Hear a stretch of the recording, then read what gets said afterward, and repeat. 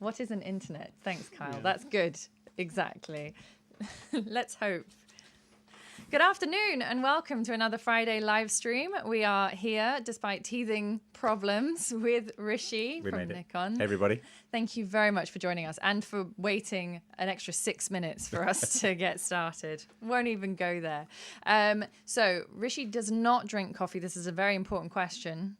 So one of our viewers has already asked, do you drink coffee? Oh, no, I don't. How many kills would you like? Of coffee. No. No, I don't drink any hot drinks. No hot drink. So it will be a cool drink day. It's actually quite warm anyway in London. So feel free to contribute to the coffee fund if you would like to. The $ is somewhere, no idea where. Because we do drink coffee. We do.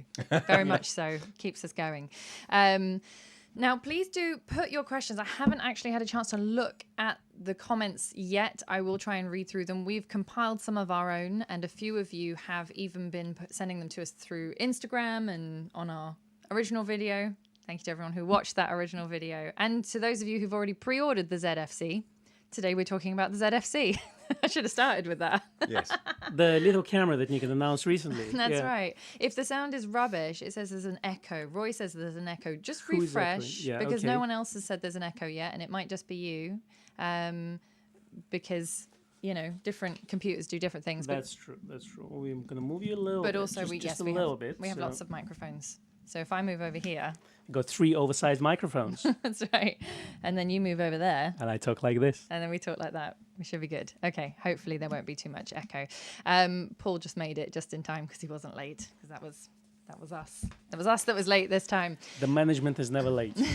Never ever. So ZFC, of these cameras that are here, your challenge today is to guess which one the ZFC Yeah. is. Whoever guesses the right one, it's a free gift to you. No. No, Is not that a really. real challenge? No, it's not. We normally do a competition, but Right, because okay. Fatini's not here to put the names Yeah, in. yeah, yeah. But I thought Nikon was sponsoring us today, no? But oh well. Maybe not with The ZFC. presence of the camera. Yeah, sponsoring us with bringing the camera. So for Yeah. those of you who can't see it, it's that one in the middle there. Obviously, to fit us all in, we've had to go Go a little bit wide. a wide Yeah. view. But it's there. nicely disguised, isn't it? Among DF and the film camera. Yeah, so that one at the front there is the FM3A. That's Sam's, those of you that know Sam, who works on the shop floor. And then this is the DF over here. So the ZFC actually does rather beautifully fit in that selection.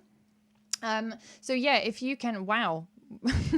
All the questions. All the questions. No, sound is Oh, okay, brilliant. sound. Okay. Sound is all good. That's Excellent. great. Cool. So first order of business, I must thank Peter Simonson, Adrian Cochran, Gary Murphy, Vince, who came by earlier and I didn't see you, sorry, and David, Dixon, Liu, all for your contributions to the Coffee Fund. Thank you so much. Very much appreciated. Please feel free to also give us a like, and if you're not already subscribed, give us a subscribe. So let's dive in Sure. now that we've done all the Yes. particulars. Yeah. You've had a fair bit. How long have you had the ZFC for? Off the top of my head, maybe a month or so now, maybe a little bit longer. So that's probably enough time to get a good feel for it. Yeah, and I've used it a lot. Yeah. So yeah, for me, it's something that originally I was like, yeah, I love my Z7. So I don't need anything else. But just using it especially for the content I needed to make, and then also just for using it in general, it's actually really nice. So Yeah. yeah, spent a lot of time with it. What kind of photography did you shoot mostly with it? So mainly for me, it's just street, out and Yeah. about stuff, everyday kind of stuff for me. If in all honesty, if I was going to go and shoot wildlife and landscape, I'd still take my Z7 too. But Yeah. that's why I have that camera. So, but it's it's when I don't want to take that. It's if you're ever out and I just feel like I don't want to take my other kit. Yeah. I know I can take that, and it's actually a really enjoyable experience to shoot with it, which is great. Well, that's interesting actually, because you're not much of a Z50 user, lover. Has made it no secret that he doesn't use the Z50, but I do use the Z50 quite a lot, as regular viewers will know. And for me, it feels like that my Z50 might just go away somewhere. Okay. Because it's the camera that I use for kind of when you want to slip it in the bag, but Yeah. you aren't always going to be going out just to take No. pictures. I think like especially a lot of family stuff as well, right? Yeah, exactly. just So makes if it a bit I'm easier. going out somewhere with the kids, I'm not going to take, you know, my Z6 and a 70 to 200 with me necessarily. Although I do sometimes. But the Z50, that was not a Freudian slip. The Z50 is small enough that you can kind of just have it on the odd occasion. There's a Z50. Here's one we made earlier. My next question was about the Z30, which doesn't exist yet, which was... So let's be honest, Z50 is now obsolete, effectively. It's not, shut up. Why would you choose Z50 over ZFC? Let's say, what kind of situation would you use Z50, let's say? So there's actually quite a lot of reasons to still choose a Z50. Obviously, the big one is the exterior design. So there are some people who really love old-fashioned design, and there's clearly some people who don't. So the Z50, I think, is a quicker, more functional camera. So, you know, if you needed to change your settings quickly, or if you needed to access things or change things quickly, the Z50 is probably the way to go. Okay. The ZFC allows you to obviously change things using the dials, but it's a little bit of a slower process, which you know, people who are buying it are going to enjoy. Yeah. Things like auto ISO, like on the ZFC, there's no way of changing that on the outside of the body. I had this question for Okay. you. So, and can you assign Auto ISO to function button at all? So, Not from the camera that I've got. Keep in mind it's not final firmware as right now. No. okay. The closest you can get to that is you can assign a function button to the top option in my menu. Right. So if you put ISO as the top option in my menu and you press that button, auto ISO pops up. Right. So it's a roundabout, technically the same thing. But if in final firmware that might change, I don't know. I've not seen a full production unit. So at the moment, either my menu or just the normal Wave shooting menu and then ISO Yes. setting effectively. Yeah, Yeah. 100%. Okay. Yeah. Yeah. Whereas obviously Z50, you have a dedicated ISO button. Z50 also has user modes. So if you really like the using U1, U2, Yeah. ZFC has no user modes. Right. So there are still certain situations where you might find that a Z50 is going to be the So let's say camera if you would like to shoot fast, then you would go for Z50, and if you'd like a slower approach, then ZF would be the FC would be the right Yeah, one. I mean, don't get me wrong. The ZFC still shoots fast. It's just it's more about the experience. If you want to change things quickly, I would imagine that would be slightly easier on a Z50. Also, the two function buttons at the front. ZFC's only got one. Right. Okay. There is the questions are now piling in, which is great. That was one of my questions actually. Was function buttons? You've just got the one at the front, I suppose. You can customize the record button as well. Okay, and then you can I'm assuming you can use this for back button focus. Yeah, that's the first thing I changed on mine. Yeah. Yes. So Yeah. for those of you that were wondering if you can do back button focus on the ZFC, you can using the AEL-AFL button, which is a common thing with most even smaller DSLRs like the D3000 series and 5000 series. You can do that with it as well. The right way of focusing. There you go. So some Kyle was asking how he gets his question to pin. We have to do it for you, Kyle. We have to pin your question. Our lovely producer is now quarantining, doing her obligatory self-isolation while she's waiting to come back into the shop. So she's doing it all from home. We very much appreciate it. Hi, Fatini. I also have to say happy birthday to my dad. Happy birthday. Happy birthday To Tom, to Tom. the man, the legend. He's across the pond now. He is, but wow. he watches the live stream usually after the fact. Yeah, So happy birthday, Papa. Right. I'm allowed to do that because it's my show. It is your I show. can do what I want. Yeah, exactly. It just happens to be today. So now there's a couple of people asking about the autofocus features. So one of the things that you mentioned to me the other day was that it's not exactly the same as a Z50. It does have the same resolution sensor, but it does have autofocus improvements. Yeah, 100%. So can you kind of detail what those are? Sure. So like the main things, first of all, like on the face of it, it has new options. So those of you that either have Z6 II or Z7 II, you know that you have the option to use eye and face tracking in wide area large. So if you have an original Z6 Yep. or an original Z7 or a Z50, Yes. it doesn't do eye tracking and face tracking in wide area large. No. Only does it in auto area. Yeah. Whereas this can now do that. Okay. So you have the option for face and eye tracking for humans and animals in wide area large, and also the option for face tracking and eye tracking for humans and animals in auto area, Right. which is the same as Gen 1. It's just that added addition of wide area large now, which might seem like a small thing, but when you use it, it's actually really cool. Kind of a big deal. Because, especially if you're in a situation with lots of people and you just want to have like a section of the frame where it's looking for faces and eyes and everyone else on the other side of the frame you don't care about. Yeah. Like that just makes it much easier to focus on the right person. Interesting. There's a couple of other added things as well when it comes to video. So full human and animal face and eye tracking in video. Z50 off the top of my head does human but doesn't do animal face and eye tracking in video. You know what? I can't actually even remember because I don't usually use it for that. I don't use those modes when I'm shooting video, but that's interesting. Okay. So it's basically, it's kind of a firmware thing, I suppose, more than any physical change to the I don't system. know the massive ins and outs of the the design process when it comes to how they choose what's in a camera and what isn't. But it does seem like it has all of the options, and the performance and the distance it can track an eye from does seem like it's equal to Z6 to Z7 to. Okay. Yeah. In your video that you published, it tracks you really well. Yeah, it looks like it's a newer autofocusing system. Would you say single focusing point a bit faster? I haven't, in all honesty, I haven't really tried single focusing point options. I mean, I would imagine that single focusing point across all the cameras would be the same. It's pretty fast already. Yeah. Okay, good. Now, a question from, I'm going to say this wrong, so sorry, the Lad Dub Fovi. Cool. Yeah, that was wrong. Cool name. Said, in terms of usability with the FTZ, I suppose because a lot of people who looked at the DF as an option kind of thought, oh, great, I can use all my pre-AI, AIS lenses. So with the FTZ, you can also use AI, AIS, and even pre-AI lenses, although Nikon don't say it, but you can.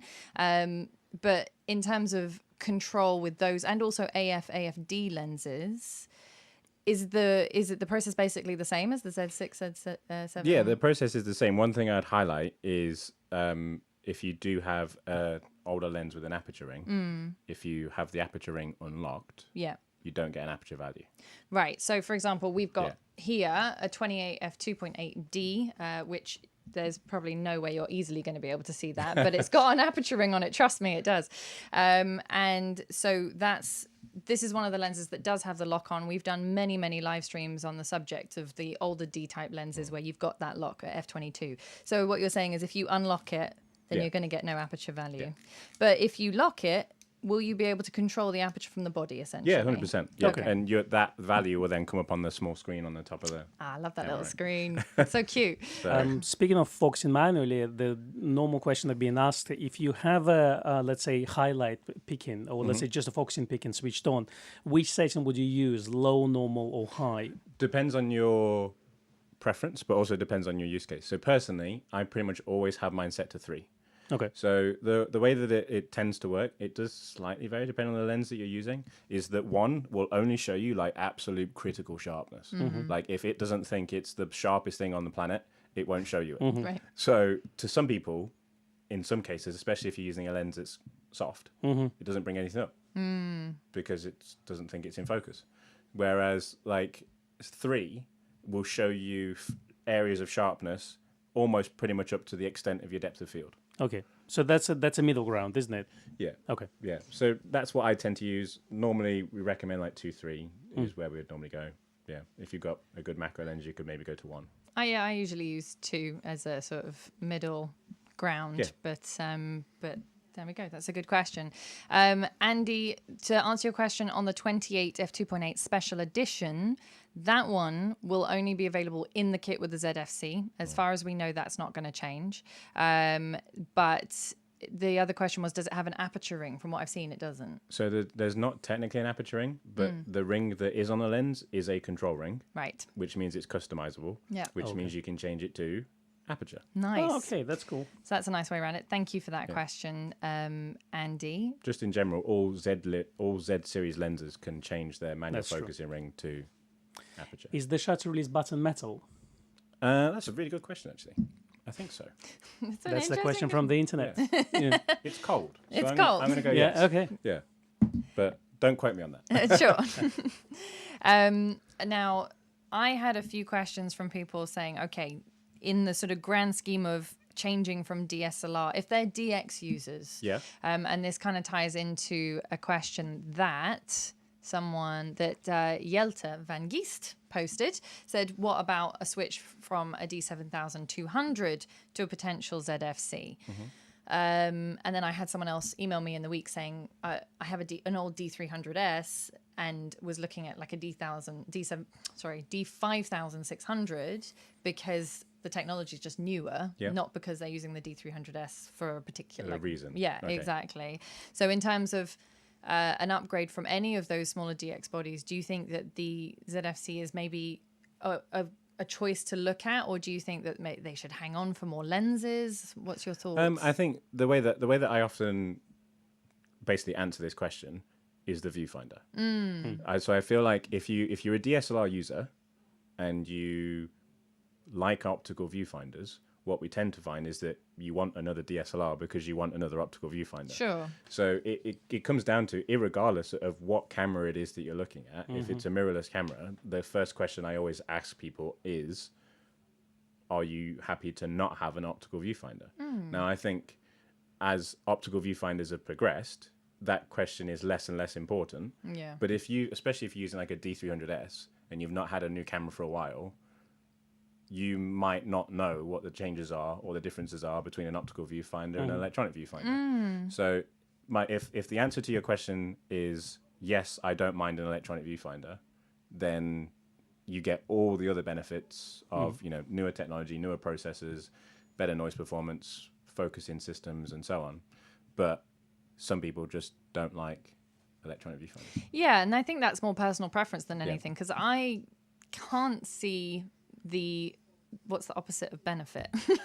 I can't see the downside to an electronic viewfinder if you don't mind the idea of just looking at a little screen, basically, which we all factually do most of the time anyway. So is it just a comfort thing, really? Because it's generally it's absolutely comfort. So to let you into a little secret, before I worked for Nikon years ago, I was using mirrorless cameras, and the original electronic viewfinders weren't great. So that's what I mean when I say that electronic viewfinders have come a long way. They've progressed massively, and I think one of the things that you'll never see on a spec sheet is the glass in front of the electronic viewfinder. And again, Nikon is quite famous for that.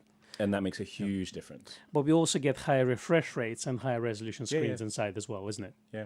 So I think general improvements all around. I mean, the biggest thing for me would be to say, if you think you're happy with that, then obviously, as I say, it opens up to all those other benefits. So yeah. Okay, good.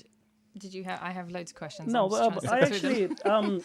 actually, you mentioned that you used other mirrorless cameras, Sure. Before you started to work for Nikon. And there's a lot of Nikon users who, at the time, 5-6 years ago, when Nikon didn't have a mirrorless system, went and bought another brand. Yeah, we've all been to the dark side. Exactly. We've dipped our toe. And some of them bought retro-style cameras as well. Yeah. There is a lot of talk on the internet where people say, well, I switched to, let's say, Fuji. It's the This logical. company exists. And now I'm thinking about, that I might come back to Nikon. For us, we were Fuji users. We switched back to Z6s when mirrorless system came out. My question is, what would you say to people coming from the other brands and looking at ZFC as a potential candidate? What can you tell them, let's say, about the camera that would help them to make that decision? I think the key things to keep in mind is that it's Nikon. And I know this gets thrown around quite a lot when people talk about, image quality of specific cameras, and people like to talk about color science and all that type of stuff. I'm not going to go down that route, but what I am going to say is that, I do speak to quite a few users who say that they just like Nikon quality, whether it's image quality, whether it's lens quality, the look of the optics. Yeah, the build quality as well, absolutely. Stuff like that is what I think, you don't find that on a specification sheet. That's just through experience. And, No. and you guys mentioned that you shot Fuji in the past. There's things that take a while to get used to. I hated the menus. Yeah. So that's why I ditched mine, basically. I tried with 3 different cameras, and none of them could I get used to the menu. It's literally the same for me. It's the menu system that was completely different. I like Nikon menu system. A lot of people say it's complicated. It's actually not. Everything is separated in its own group, which is quite easy to find. With things, my personal experience with Fuji, especially where they have a bunch of settings put in one place, and then you have user settings, which will include the same settings that would be in general setting, and that I found very difficult to grasp. Yeah, I found it just unnecessarily complex. I think there was one point where I did a whole shoot without realizing, and I'd been shooting in a crop factor that I didn't. Okay. I just got to the end. I'm like, why do I have this black band on the top and bottom of all my pictures? Because obviously I must have changed something, and that's the kind of stuff that I don't do with any other camera. I was like, this is not. So for me. I've always thought that like handling and control of a camera is always really important. as for well, sure. right? So Yeah, it doesn't matter what the brand of camera is. Most cameras are good. Yeah. Speaking of control of the camera, so obviously we have a DF, which was the first digital retro camera that Nikon made. Sure. And a lot of people found two cameras sandwiched together, put in a retro shelf. So it would be D4 sensor put with D600 control. So Yeah, it's true. coming back to ZFC, did they improve on the whole kind of user experience with the camera, especially controls and things like this? Because for a lot of people, ZF was a Marmite camera because, while it definitely would produce amazing images, the manual controls that sometimes could be overridden by the menus of the camera could cause a bit of a kind of a problem. So did Nikon address that in the ZFC camera? So I think first of all, the actual body itself is a completely different body. There's as far as I know, on the outer body, there's no parts that are the same as a Z50. There might be like a couple of screws here and there, but I don't know. So it's an entire new body. The chassis of the body itself. There's a couple of images online where it's stripped, and you can see what that looks like. The internals, obviously, the 20 megapixel sensor is the same sensor, but the idea is that it's been tweaked, it's been tuned, progression with X-Speed 6 processor and so on. So I wouldn't say that it's basically a Z50 in a different body. That's not what it is. There's been a lot of changes to that internally and externally, and obviously that body is then completely different. Would you say that the overall user experience has been streamlined on ZFC compared to ZF camera? I think it's kind of going back to what we talked about last time. DF, sorry. So I think if you like the idea of the dials and changing settings from the dials, then yeah, it is streamlined. There are a lot of things actually, just to kind of go back to the comment where you mentioned about where it can be confusing between menus and dials. There's a lot of settings in the ZFC that you just can't change in the menu because it's overruled by the dial. Oh, interesting. So there might be some exceptions that I've not just tested yet, but it appears that pretty much everything that's on a dial overrules the menu. Okay. But- And that kind of makes sense because the dials are there for a reason. So just to explain on the ZFC, which most of you will know if you've been looking at the videos, but you've got your exposure comp, you've got your shutter speed on a dial, you've got your ISO, and then your modes, basically, like your manual, aperture priority, shutter priority, program, and just one auto mode with no further explanation,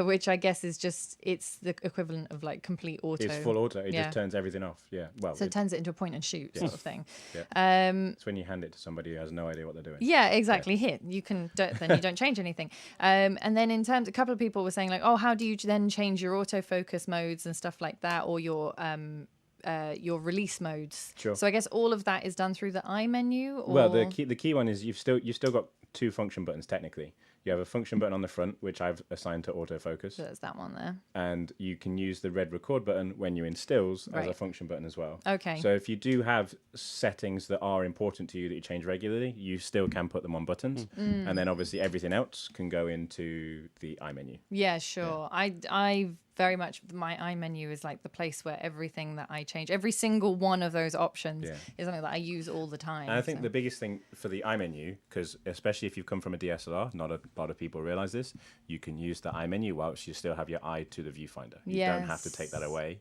to then go through a menu. It is an easy experience. Do like that. So a couple of questions from Randall. Also, thank you very much, Randall, for your contribution to the Thank Coffee you. Fund. And we will make sure that Rishi gets an appropriate non-hot drink related beverage from that. And to Jeremy, because he also did a contribution a little bit earlier. So there's a couple of people asking about sort of like grips and optional. So we know that Nikon have announced this GR1, I think is what it's called, is it? Yeah. Which is kind of...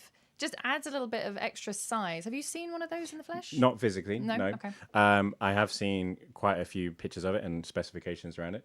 So I think the main confusion is currently that it's different depending on your region. Right. Oh, okay. yeah. Because the question I have here is it Arca Swiss compatible or not? Oh, to- how I interesting. don't. I've not seen anything that says it's Arca, Okay. so I don't think it will be Arca. As I said, I've not seen one in person, so No, I'm happy sure. to be proved wrong on that. Yeah. I'd love it to be Arca, but I don't think it will be. So what's the difference between the regions? One has more bump than another one, or no. what's, The difference is whether you can buy it or not. okay. So the grip will be the same physically. Mm-hmm. It's just that you might not be able to get it from Okay. your region. Okay. 'Cause- Are we getting some or not? We I are. don't know. We We have are, a okay. well, we have an SKU for it, so hopefully. Yeah. Good.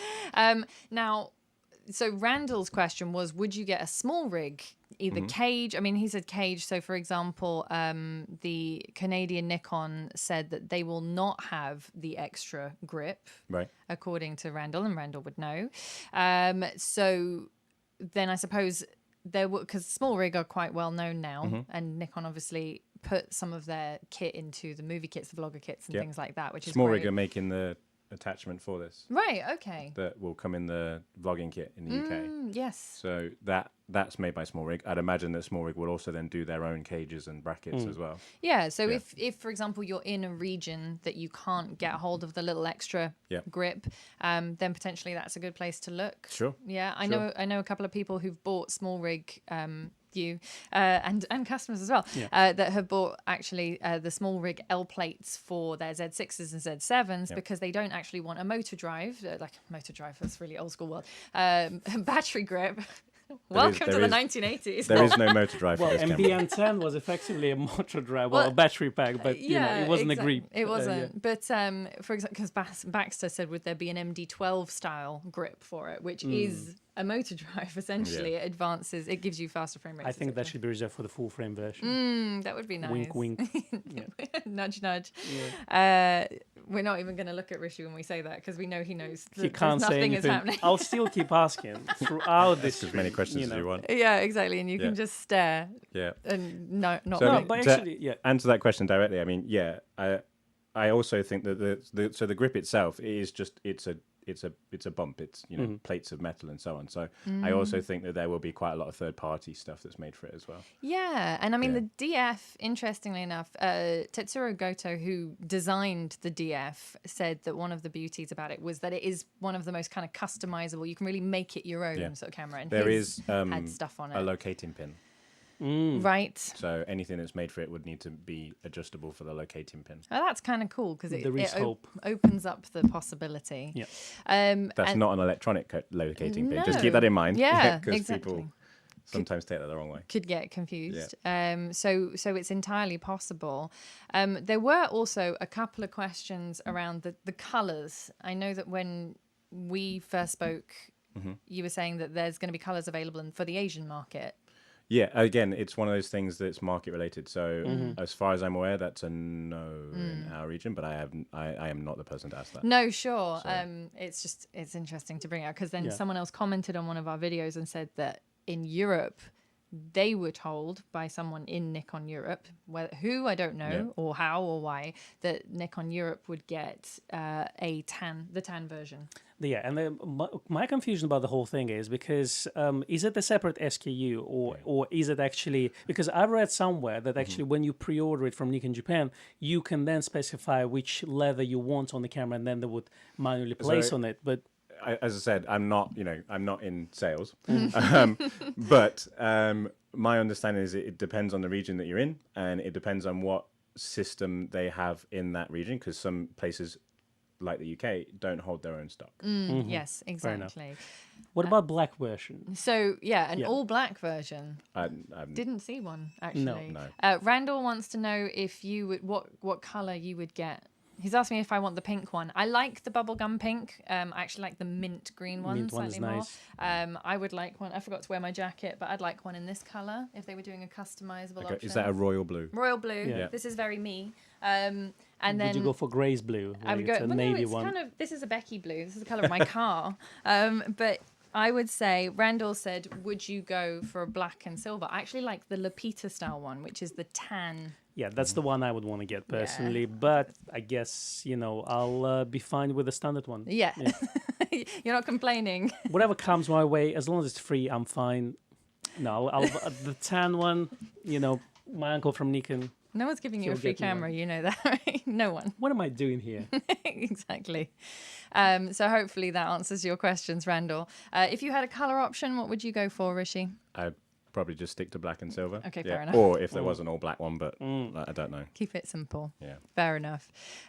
So now one of the big differences between the DF and the ZFC, apart from obviously mirrorless DSLR, full frame DX, is the video.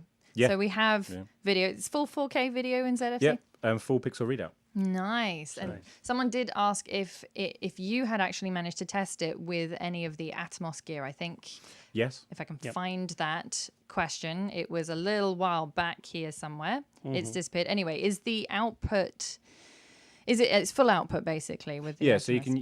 you can use the external recorder. There's no downsides to that, but just be aware that there isn't any major advantages either. So when you connect like a Z6 or a Z6 II, you get the ability to shoot in 10-bit, you get 422, all that Raw type of output, stuff. Yeah, yeah. all that type of stuff. So you don't get any of that, but you can still send it through an external recorder if you wanted to, Okay. and still. One of the criticisms of Z50 is the battery life. And again, it's coming to, let's say, video work, etc., etc. So have you tested it? Because the ZFC uses effectively the same battery. What's your opinion on the battery on that camera? Is it a little bit longer? Sure. So it's not something I've tested massively. It is something that I am looking at because I've also had loads of questions about that. But from my experience of shooting with it, I would probably say that it seems better, but I don't want to say that it absolutely is better until I've tested that further. I've not been shooting and drained a battery. I went out probably pretty much 8 hours worth of street photography the other day, and it was basically had one bar left at the end of the day, but it didn't die. Right. Okay. So And does it allow the using the camera while it's plugged in into the mains? yeah, 100%. So that's one of the biggest changes as well, is that it doesn't have it does actually have USB-C. That's what I was going to say. So it has USB-C, and that then allows you to keep it charged and charge it whilst using it via USB-C. Yeah, so for live streaming or Yep. let's say those conferences via Zoom, etc., it's quite useful, isn't it? That's always been my biggest gripe with the Z50 actually, is that it doesn't do that. And I do wonder if we're going to have an AC adapter dedicated to it. I think there's a product code for it, but we can't get hold of it. I'm not actually sure. But that's probably the most annoying thing because it's a great little streaming camera, actually. We're using a Z6 for those of you that don't know. This is from our movie kit. Kyle's question, we did kind of answer it, but just to reiterate, so without the function 1 button next to the lens mount, how can you toggle between eye face detection in auto area AF? So you said that you assign that single function button to that job. Yeah, so I basically push and hold that function button on the front, and Yeah. then you can use the rear dial to change your focusing mode and the front dial to change your focusing area. Yeah, this is one thing that I like is basically when you have a function button, can you see that little silver button just down there, Kyle? That's the function button, and it is very discreet. I suppose I was thinking about the design of this and why they didn't put more buttons, but it would have just made it look very untidy, I think. They did want to try and get the design as accurate as possible. Yeah, as sort of, and if you put it alongside, for example, the FM3A, although this is a black one, so it doesn't necessarily look quite the same, but it's, in terms of the front of it, it's a very uncomplicated design. Yeah. So the FM3A obviously has its self-timer in that spot there, but otherwise, camera looks basically the same. It's a bit heavier, actually, although it's got a big, heavy lens on it. So one thing that I do like about these function buttons, and I noticed that when I was setting up my Z6 for the first time, is if you've got a function where there's sort of like a set of options and then a secondary set of options, for example, in the case of autofocus modes where your back wheel would normally control AFS, AFC, manual focus, then your front wheel will automatically then control the second set of options, like your grouping or your size of focus area and stuff like that. So there is an ability to do that for you, Kyle. It's just, you just only have one button to choose from, basically. Choose wisely. Exactly. A couple of people were asking if USB-C can be used for headphones or microphone. That's something that I'm testing. I've not tried it yet. Okay. So I don't think it will because I've not seen it mentioned anywhere. But whenever we put USB in something, everyone always asks what USB stuff can be used, and I just need to find out. So. Yeah. But you got a standard 3.5 jack for the headphones if you need to. Well, isn't it's it? a Yeah. mic jack. There is It's a no mic jack. there is no headphone jack. Oh, I see. Yeah. Okay. That's why people ask if they could use USB-C instead. That makes sense. Because yes, it would be useful. Don't know, unfortunately. Don't know yet. Okay. Well, I was going to say my headphones are Bluetooth, so actually it doesn't make any Yeah, difference. all of mine are Bluetooth. That's why I've not been able to Completely type. useless. Is Try that it, a yeah. Bluetooth? Yeah. You know, can you connect your headphones If via only, Bluetooth? it would be cool. Actually, one question I want to ask you is obviously this is a second camera in DX lineup of Nikon, and one of the kind of major criticisms is the lack of DX offerings. I'm talking about the lenses. Sure. So what Nikon will do or potentially does to address this issue? I think the key thing is that it's Z mount. Yeah. So yes, I appreciate that. Specifically, small light DX lenses are something that people want, and Nikon will obviously figure out where their roadmap needs to go to suffice that and to fill those gaps. But I also really like using full frame lenses on it. And the range of 1.8 lenses, yes, they're not the smallest or the lightest lenses, but they're such good quality. And when you're using them on this camera, because you're getting the center of the lens, you get even better quality out of it from edge to edge. So I would rather have the fact that it's a Z mount and I can use full frame or DX lenses versus just being a different mount, if that makes sense. Yeah, I think the major issue there is with wide angle lenses, so something like 16 100%. mil or 18 mil lens, so which would be equivalent of 24, 28 millimeters focal distance. But also like a 10 to 20, Yeah. you know? Yeah, that's The the biggest thing. request we get is 10 to 20. So, Yeah. so do you think we will eventually see something in that space happening? I mean, we're not talking telephoto, but wide angle specifically. I'd like to think that we would, absolutely. I mean, a 10 to 20 is definitely something that I would use. You guys know that I shoot a hell of a lot of landscape stuff. I love that kind of 14, 15 millimeter focal length. So I'd love a 10 to 20. I love the AFP 10 to 20, which I use an awful lot. So that is something that I really like. So Yeah, that's a very nice little lens, isn't it? Yeah. I mean, potentially, if you've got an FTZ already, Yeah. like this is not your first mirrorless camera and you've actually already got an FTZ, then buying a 10 to 20 isn't necessarily a bad idea because it's a small and light lens anyway. But it would be great if they did a dedicated one. The main question I've found is people saying, okay, I've got my telephoto lens and sort of sorted up to 200 because that's what we've got available. But then where do I go from here? I personally use a varied number of primes on my Z6, which then also work. Yeah. Now I've got the macro as well, which I is got the great. 51.8 today.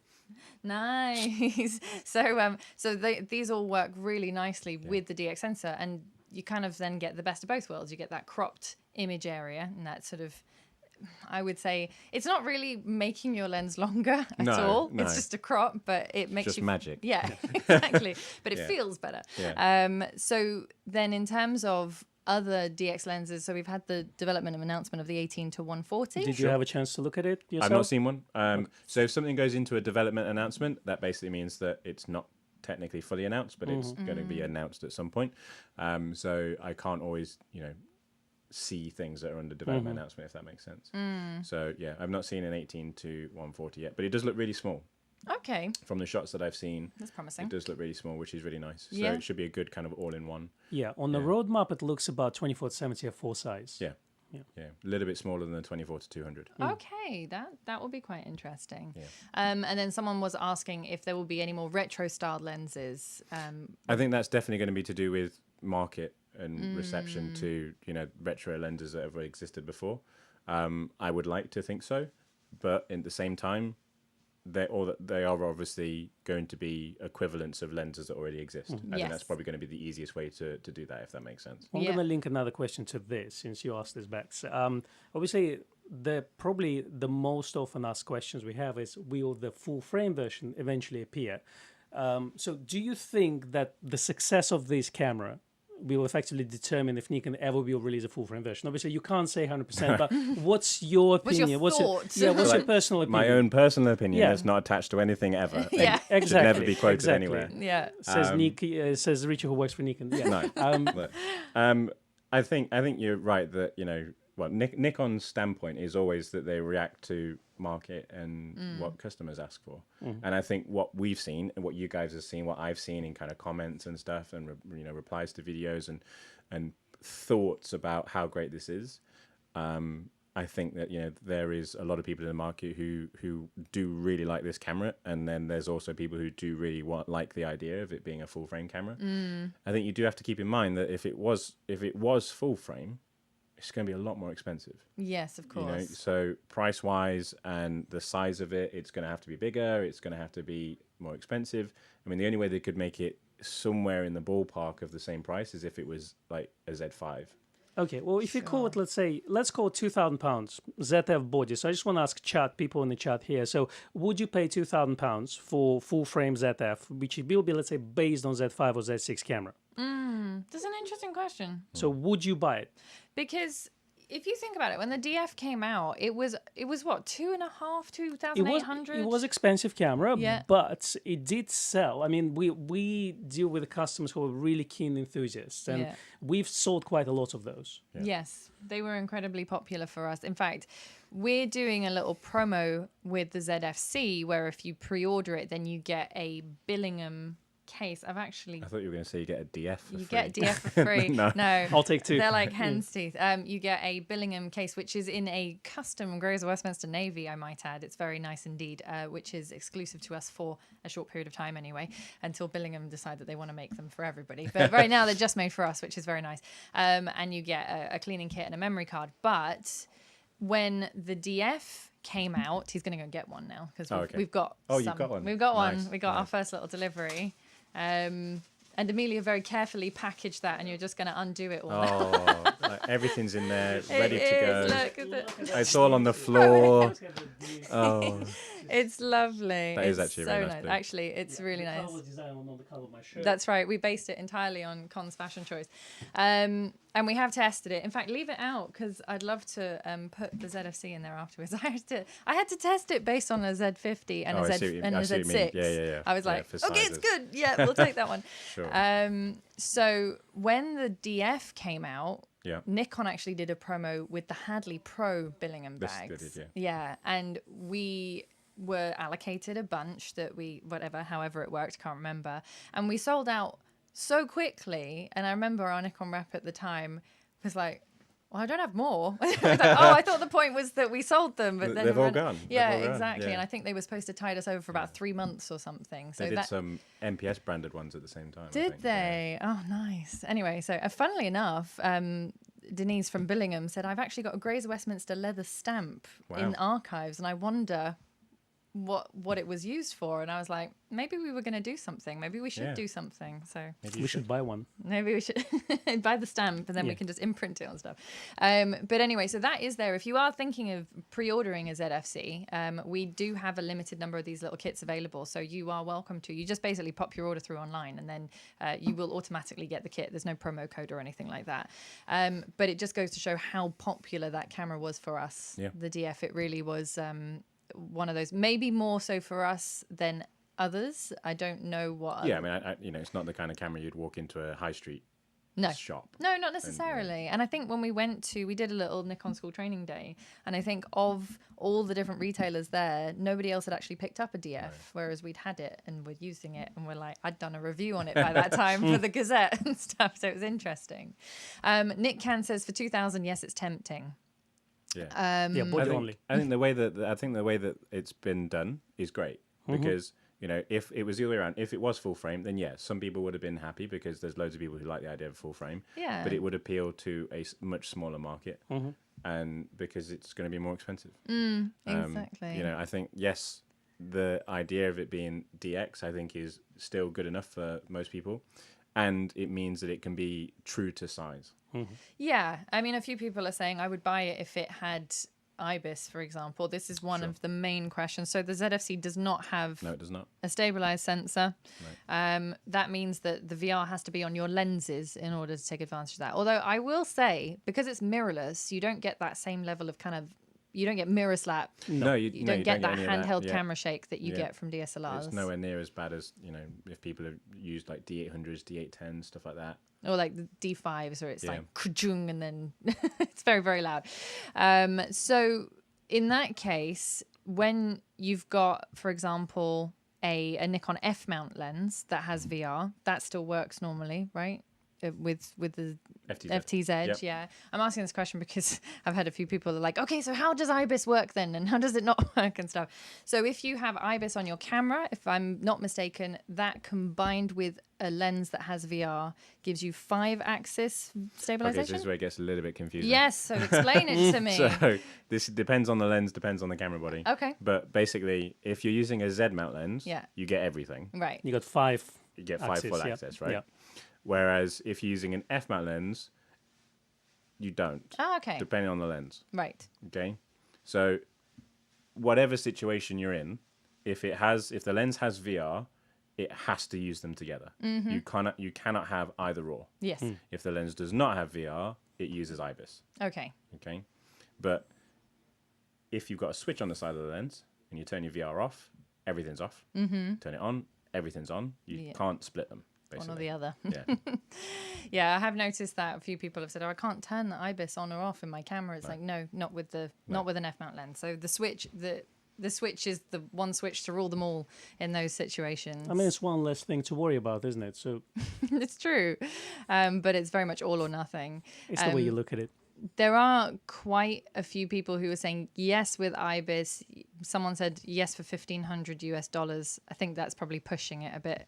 I don't think if you had a ZF full frame, I don't think it would be $1,500. I'd be interested to know, those of you that are saying yes for IBIS, is that from a photography point of view or a video point of view? Yeah, that is a good question, actually. Because I find IBIS is a little bit of a buzzword, and I really appreciate IBIS for video. Is it something I use from a photography point of view? I don't even notice it, to be honest. I never when cared for, Well, it's designed for not to VR be. IBIS. It's designed not to be noticed. Like Yeah. it's like something in the background that makes your pictures sharp. Yeah, But, the main thing that I like about it is actually when composing with telephoto lenses, like having VR or having IBIS, when you're shooting with a long lens, just makes, if you're hand holding, just makes it easier to hold everything still Yeah. while you try and frame. I think So there's a lot of people who sometimes get the wrong idea, because there's, I always get a question of, is there a point where you should turn VR off if your shutter speed goes too fast? And in some cases, especially if you're panning, then obviously you don't want the VR to interact with you whilst you're panning. Yeah. But it does stabilize the viewfinder, and it does make it easier for you to kind of see a subject if you're trying to struggle to hold the camera steady. sure. So I can that can be understand useful. that. Yeah, absolutely. Richard asked, my question is, why did Nikon finally decide on the articulating screen on the ZFC, but the restrictive tilting screen on the other cameras? So it's a good question.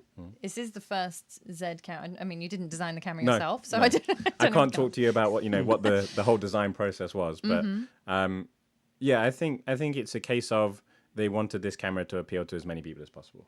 Right. The idea is that screen can be used as a screen, and then it can also be used as not a screen, because you can fold it back the other way, and it's just That's a the clear theory back. I have. Yeah. Exactly. Yeah. So if you really want that full kind of film experience, you can obviously flip the screen the other way. You don't look at it, and you're only using the viewfinder. You never know what your pictures look like until No. you get home. That's the thing. And you've seen Fuji has done it with the X Pro 3, Sure. where you don't have effectively the screen at the back. You have to kind of pull it down to down, see it. yeah. So this one is actually a little bit more versatile, because you can have it the normal way. You can also put it the opposite way, and then just have this kind of film experience, as you say. Yeah, exactly. So I think it appeals to loads of different crowds. So I think that's why it is the way that it is. Speaking of different crowds, let's talk about Nikon marketing. So let's start with the Nikon DF, where this chap in his 50s going down the mountains, taking I don't think pictures he of the was fields. in his 50s. 40s, 45. I can't comment on his age. So he goes into the mountains and he takes beautiful pictures of castles and fields and all this. And then he sits next to fire and checking his images on the back. Mm-hmm. And each one of those videos was released like a week after one another, I Exactly. think. Yeah, exactly. they really. He enjoys his fountain pen and mechanical watch, etc., etc. That's Now, right. coming back to ZFC, we have young people who generally looks better than us. Enjoy the vinyl and the Filter V60 coffee pour over. The question is, a lot of people sharing their concern online didn't even forget about me, the average Joe, that enjoying photography instead of being a fashionista and blogger, etc., etc. So what's your opinion on that? I think it comes down to the content that you're attuned to. I think if you look hard enough, the content that you want about the camera that you want is there. Yeah. It's just not always mainstream content. And I suppose there's only so much you can do. Yeah, of course. But for this launch, it's very interesting. I was speaking to our designer who does all our ads in the Nikon Owner magazine and stuff like that. And he said, I really like the direction that the release has taken, because I was sending him all the product images of people, trendy, cool, attractive young people, out in the streets with models and stuff like that. And he said, it's not very Grays of Westminster, is it? I said, well, no, but maybe we could make it that way. We're just not attractive enough content. I think the key message they wanted to get across is that it's like a camera that can span across multiple generations. Sure. So yes, if you prefer that older style of camera, and yes, you've shot film, then this is going to appeal to you from a design point of view. Yeah. And then, yes, if you're younger and you like to wear a beanie hat, or forced to wear a beanie hat, then, it might appeal to you with the looks and the design and so on, because of the classic retro side of things. So, it's that even split between, because it appeals to so many people. Yes. That I think it's quite difficult to It's true, actually. put it into one single section, I think. Yeah, and marketing have to make a decision of okay, this is what we're going for, but that doesn't mean it's not for anyone else. It just means that that's what. And you have to appreciate that every different region. So the way that it works is that there'll be larger, basically global stuff done either from Japan or the States or wherever, and then all like the smaller regions will do their own stuff for their own market and stuff like that as well. Absolutely. So. From again what I researched on the internet, is going to be a very important camera for Japan, because Nikon One system did really well, and generally smaller cameras do really well in Japan. Yeah. So it's going to be one of those. But also, it's just, I think, in terms of, let's say, you can potentially use it as a documentary camera. So if you compare it to FM3, which look pretty much identical, I think we will start to see a lot of content where people start to get them to the streets and just shoot a bit of documentary style photography. Yeah, exactly. A lot of people are talking about the pastel colors again and saying how great it is that there are pastel colors. To be honest with you, when we've heard about those colors, did you get excited? well, I was worried a little bit without seeing the pictures. But Yeah. then once the pictures came out, I was pleasantly surprised. I think the choice of colors was really good, because they're not garish colors. They're very pleasant pastel colors, as you say. Even like, let's say, as I say, like mint green. Generally, I wouldn't go for something like this, but it looks really nice. It does. It does look very nice. It's not like it's a lime green. No, exactly. Well, I remember when the J series came out and we had a hot pink. Yes. It was like that was what they were going Remember for. that red D5200, the glossy red. Yes, and we even had a bronze one as well. Oh, yes. Yep, it was cool. We didn't sell any of those, needless to say. We like our cameras the way that they are, usually speaking. Left a permanent damage in my brain. Yeah. I have to say a massive thank you to Randall again for your contribution. you. We are going to be well caffeinated today. And to Paul and to Double Click. And then once again to Randall. Thank you. Thank you very much for your contributions to the Coffee Fund. Vitaly asks a good question about, so when you switch, it does have a video stills switch. It's actually on the top. I spotted that. So it's up here, much like it is on the Z50 actually. But the question is, if your controls are all in manual, well, I can almost answer that question myself. I'm guessing that when you switch from stills to video, your settings don't change. If you're using the dials, yeah. Right. So the dials take... If you've set the dials to a third of a stop, or if you've set anything to auto, then that's when in video it changes and it overrules. Right. So you could potentially have different settings that you've set up in video, and then when you switch over, different settings for stills, but those would have to have been done through the menu or the iMenu. Yeah, so basically, say for example, you're shooting stills and your shutter speed set to 1,000th of a second, and you then turn to video, it's still going to be at 1,000th of a second because the dial's still at 1,000th. Right, exactly. Right? So you either have to change the dial, or if you had it set to a third of a stop and then you set it to 1,000th of a second, but then when you go back to video, it could be set to anything because it's technically in its manual mode, but not dial manual mode, if that makes sense. Absolutely. So basically the dials override everything, but if you're not using the dials in that sense, so if you're using auto ISO and you're using the third of a stop option, then essentially it's whatever you've set it to for each one. Now, one thing that I will point out, because a couple of people said to me, oh, it seems like it's a bit too slow, but actually you can make it quite quick. I mean, I found the same with the DF. You had that, you know, what they say is it says a third step on the camera, but it's the basically the sort of standard shutter speed control, which means that you control your shutter speed with the back dial. Same thing on the DF, which means that you can kind of use the camera, front dial for aperture, back dial for shutter speed. Yeah, you can basically use this as fast as any other Z. Yeah. Like you say, if you put the shutter speed into a third step, you are then changing the shutter speed on a dial. Yeah. Your aperture's on a dial. And then if you're in auto ISO, that's it altogether. The other thing you can do is exposure comp. You can turn exposure comp onto a dial as well. Right, exactly. That's useful. Yeah. Yeah. Yeah, So so you it don't doesn't have to- be that. No, Take your time. no. If you don't want it to be. It's nice if you want it to be, but you don't have Like to. say for example, right, that you want to use it for street and you want to slow yourself down for street photography, Yeah. and then you also like going to an air show and you want to use it just quickly. You just want it to work for Yeah. an air show. Then you just have to set it up correctly in the morning, and you're good to go. Fantastic. And then in terms of like frames per second and stuff like that, this is stuff that usually goes in one ear and out the other for me because I never shoot continuous. Well, it's or very 11 rarely. frames per second, isn't it? At So max, yeah. Yeah, so it has a pretty fast. continuous high, which will do 5, and then it has a continuous high extended, which will do 11. That's pretty impressive. I mean, that's nice and fast.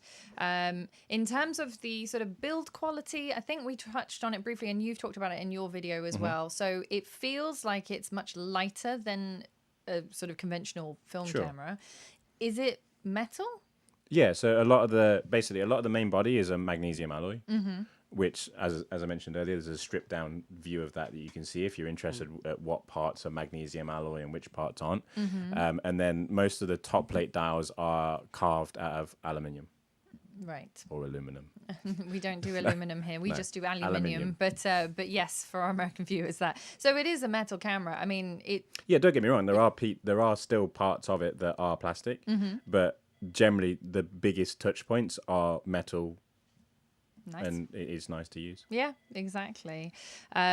Woody says, with respect to the DF and retro interchangeable lens cameras, see, the Nikon DF was ahead of its time, and now we need more cameras like it, which is. Do you know what camera I really think was? I'll let you finish that question. No, first, it's but fine. It I was- said that was posted on the 16th of August 2020 on the Photographer. Okay. Flip, flip, flip, flip. Okay. Photographer.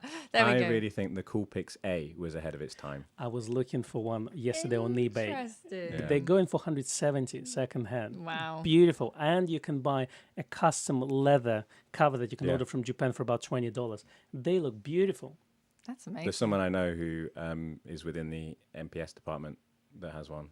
I'm very Really? jealous. Yeah. Yeah, It was actually you're right, way ahead of its time. Yeah. It's like misunderstood. it was. People Yeah. just didn't realize what it was and how good it was. That's true. And I'd love a new version of that. Mm. If you want a cheap X100F Fuji or Ricoh GR3, have a look at Coolpix A. Yeah. There you go. Yeah, I mean, it was, that was released, I think, before those. I think. 2016. Right. Okay. It's Wow. funny you said it because I was looking at it yesterday. Literally, Yeah. just yesterday, looking at it. Roy was saying, I have friends in forensics that still use the Nikon DF. That's interesting. D4 sensor, I can kind of CSI understand. Miami. Good in low light. Yeah, exactly. And then now, someone was asking about Billingham bags, but I've lost the question. But it was something to do with whether or not we're going to do our own line. No, but we do stock Billingham bags. So if we don't do our own line of bags. One Fraser step at a Westminster time. Billingham bags. That's right. But no, we do work very closely with Billingham, and they are, of course, a British company, as well as Hawksmill, who are also a British company. And so if you are looking for a really nice bag, then we do stock them, and they do come in a huge number of colorways. They've been telling me that, popularity has been so much recently that it's sort of 2 to 3, sometimes 4-week lead time now, because everything is handmade to order. What's your favorite color? I personally really like the navy. I love that. I would easily get a bag, but my backpack is coming in sage green. That's true. And what about you, Richie? So I have black ones. Yeah. But I don't know. This is probably not going to go well. But when you did a range of highlighter colors, But yes, they did highlighter orange and highlighter yellow. that's right. Yeah, I really like those, but I didn't end up buying one. Oh, and I they've- really regret it. They've got this really bright blue one now, which has an orange Yes, interior. the orange interior is amazing. Yes, they've Yeah. still got a few of those kicking around, the light blue ones. Anyway, that was slightly by the by, but it kind of goes quite well hand in hand with the ZFC, I would say, those retro style bags. Did you have any other questions before I No, I've asked all the hard ones, You, I think. you've Yeah. asked all the difficult ones. I think I also. Someone was asking if you were going to be in Birmingham at the NEC for the photography show, but that's in September, so I don't know if you'll know. That's I probably don't know. I don't know if I can say yes or no. Mm. I'm not sure Well, hopefully Nikon will be there. I would Yeah. assume that they would because be. they like to do like big like announcements and stuff around that. So, Oh, yeah, sure, fair that's- enough. yeah, And that normally is- have a big stand as well, isn't it? Yeah. Yeah, So if- hopefully, but we don't know. I just don't want to say the wrong thing. No, understood. Well, we'll be there, hopefully. I mean, we tried to be there last year and that went so well. Because that happened around March last year. Yeah. Yeah. Yeah, exactly. It was, that's right. My train tickets were not non-refundable and everything. It was very sad. Wow. So hopefully it will work out for this September. We'll see. Yeah. Now, let's just see. So, okay, final ultimate question. Keep a Z50 or swap for the ZFC? What do you think? What's your feeling? Personally, I would. Well, I have a Z50. Yes, ditto. Yeah. Makes things even harder. I think I would move to ZFC, not only because of the design, but also just because of the newer implementation with autofocus. I think that does make a little bit of a difference to the way that I want to use it. Sure. But at the same time, I could also appreciate that for a lot of people, the Z50 hasn't got any worse. So No. the Z50 still does its job. I think it'll come down to how much you like that exterior design, how much you like the idea of using those dials and controls and so on. I think that's where it's going to be the most important part of it. Yeah. Okay. So it is very much a personal Yeah. option. What about you, Bex? Me? I mean, my feeling is that I will end up swapping for a ZFC. I think you should. Just keep both. Why are you saying that? Interestingly enough, we did a little poll that was going on while we were talking. So it said, "Are you going to buy the ZFC within the next 6 months?" We had no was 48%, which doesn't surprise me at this stage. 27% said yes, and 24% said need more info first. Sure. I think that's very interesting. Actually, I think that actually makes sense because we've been talking a lot about how it feels, yes, and they have no idea how it They have feels. no idea. haven't felt it yet. If you're grown, you. Yeah, so I feel I do completely understand that there's a lot of people that when they get it in their hands, they use the dials, they'll think, oh, I love it, or they'll think, actually, it's not quite for me. Yeah, sure. And that's that's something that you just can't do. You can't just randomly buy or spend that amount of money. No, it's not Without- an inconsiderable amount of money. No. Yeah, you know what my thoughts on this is? I think there are cameras that are good for specs and all the numbers and technology and all this. And there's some cameras you just want to enjoy using. And you don't care about the 20 megapixels. That's why we don't really talk about specs of ZFs that much. Sometimes it's just nice to hold a really good camera in your hands and enjoy photography. And I think DF and ZFC and FM3A are these cameras. Of course, you may need to have a budget for that. But if you can afford it, I think you'll enjoy it. Yeah, exactly. I have a friend who shoots weddings professionally, and he is not a Nikon user, but anyway, he bought, for the joy of using it, a Leica M10. Yeah. Just because. And I was like, he's like, this is the most expensive camera I've ever bought, and I'm not even going to use it professionally. And I thought, why? But it is a beautiful thing to behold. Yeah. And sometimes that is just, Sometimes about the feel Yep, of things. exactly. And if it gets you outside to take some photographs, instead of just looking at a big heavy camera, let's say, then you're going to go out and you're going to take some pictures. You're just going to enjoy. As I say, D850 for me is a commercial camera.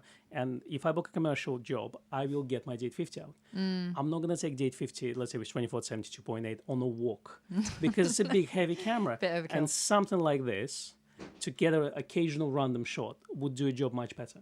yeah. A couple of people were saying that in, for example, Australia, the 28mm special edition is coming out on its own. Obviously, that's a region-specific thing, but at least we know in the UK, if you want the 28mm special edition, you have to buy it with the ZFC. If you also want the 16-50 in silver, then that you can buy separately, so that you can basically buy both special edition lenses. That's the way that we're doing it. I don't know how other regions will do it necessarily. A couple of people were also saying, like, I really want other small compact pancake lenses like Fuji have, I mean, Well, 18 f2, that's the one for me. When I had X Pro 1, that's the lens I had on it because I like 28mm focal distance. So I really hope that Nikon is going to release something like this because obviously 18 full frame is going to be quite big and heavy. Yeah, exactly. And a lot of people were asking, okay, at this stage, do I change from my Fuji, whatever they've got, XT20, XT30 or something, to a ZFC? I mean, that's entirely up to you, obviously. Come and try it first. Yes. See if you like it. Don't just buy it on a whim.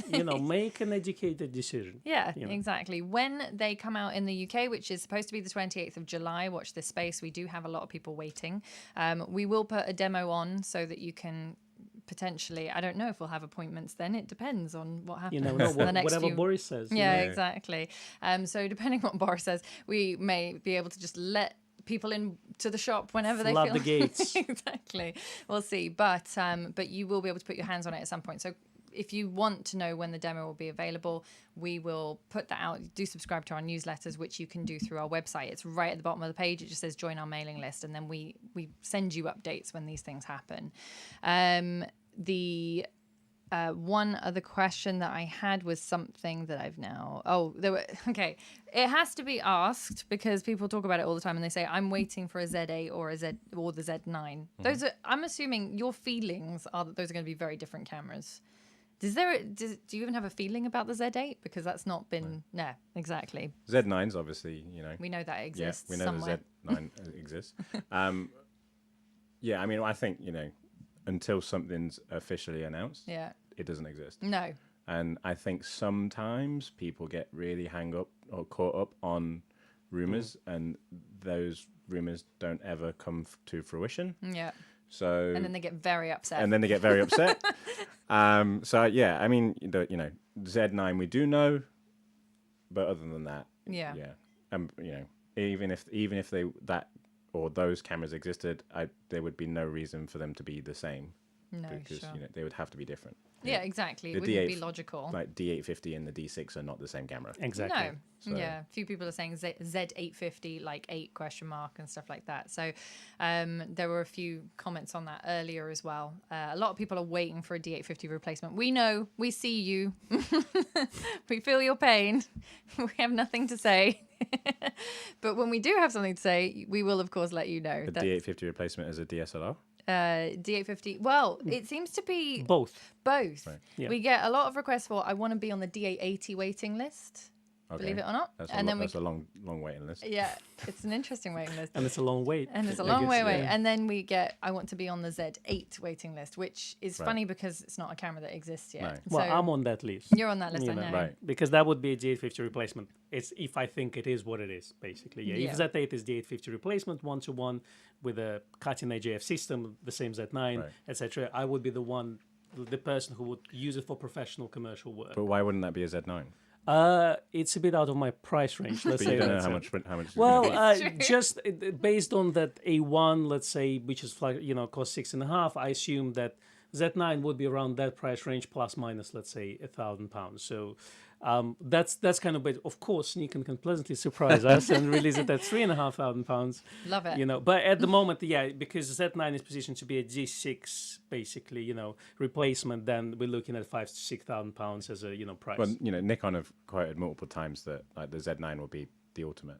The ultimate. Yeah, and that's the thing. And it will be a little bit out of my price range. That's all it is. Yeah, Well, we're speculating. It's all just speculation. exactly. At this 100%. Exactly. point. Yeah. I would like to point out that because we do our Nikon report once a week and we do read the rumor sites because we have to. We do it for you, so We you do. don't have to. Exactly, so that you don't have to suffer through the comments there. But sometimes reality gets a little bit warped, and It then does. you start to forget what's actually real and what isn't. Yeah. I just think that sometimes people get a little bit carried away. That's Yeah, true. exactly. Robert asks, now back to Earth, Robert asks, how much are the cameras? So in the UK, the ZFC body only is $899. The various kits range between sort of £1,100 and £1,200, depending on which kit option you go. We have a kit with the 16-50 special edition, which is chrome. The lens is chrome. We have a 28 f2.8 special edition, which is that lovely, very snazzy, almost like old style manual. This is actually a D lens, but anyway, close enough. We don't have the lens, so this is your substitute for it. not a pancake, but very compact 28mm with that sort of retro styling focus grip, which I like. Then we also have a twin kit, which is the 16-50 and the 50-250. How do you rate the 50-250 as a lens? I really like it. Yeah? Yeah. I've not really used it. Don't get me much. wrong. I've not used it a massive amount, but I did go out for where were we? I went for a week in North Wales when it was launched, Yeah. and used it exclusively as my longer lens. Yeah. While shooting landscape. Oh, And it interesting. was great. Used it for a little bit of wildlife. Used it for a little bit of landscape stuff, and for its size and weight, it's great. Obviously it doesn't replace my 500 PF or my 600. Yeah. But for its size and weight, it was an amazing camera lens. So Okay, there's some good. stuff. Well, so then potentially you're kind of covered for your full range if you do that. There's a few people asking. We are going to wrap up because we're a little bit over our hour, but thank you so much for all your questions.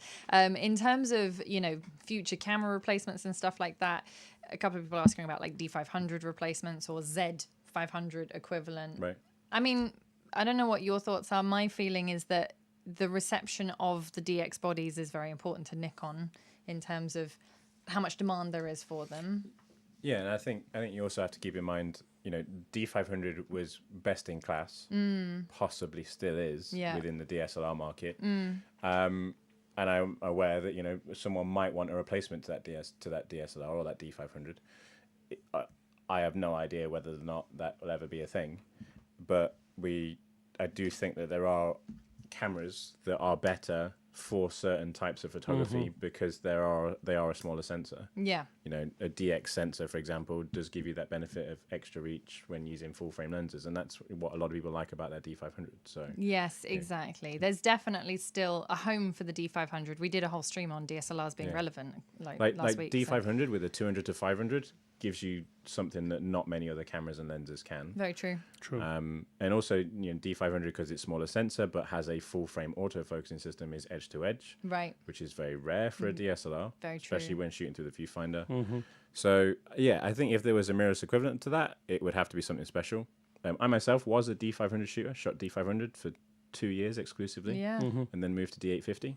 I think the counter argument is that higher megapixel counts are kind of making, maybe, and I say this very lightly, crop sensors a little bit redundant. I see what you mean. Yeah, because Yeah. you get 24 megapixels in the D850 crop, right? So So if you crop a D850 to DX, Yeah. it's basically 19.8 megapixels, and if you've got a D500, it's like 20 point. Okay, so it's about the same. Yeah, so it's not 24 yet. Okay. Yeah, so that's one way of looking at it. You look at it that you have a full frame camera that has, apart from differences in speed and so on, but the D850 technically, when it comes to megapixels, has a D500 in it. Yeah, sure. So, I appreciate there's other things around that. So the other part of that is, do you look at higher megapixels that has then a smaller crop sensor in it? Yeah, of course. And that is probably a question for another full hour-long stream because we get that asked all the time. Just to answer Mark's quick question, so they will be, I say this tentatively, they will be available from the 28th of July. We have a waiting list. We also have a pre-order list, so you can go on either, or pre-order means that you obviously hand over your hard-earned cash.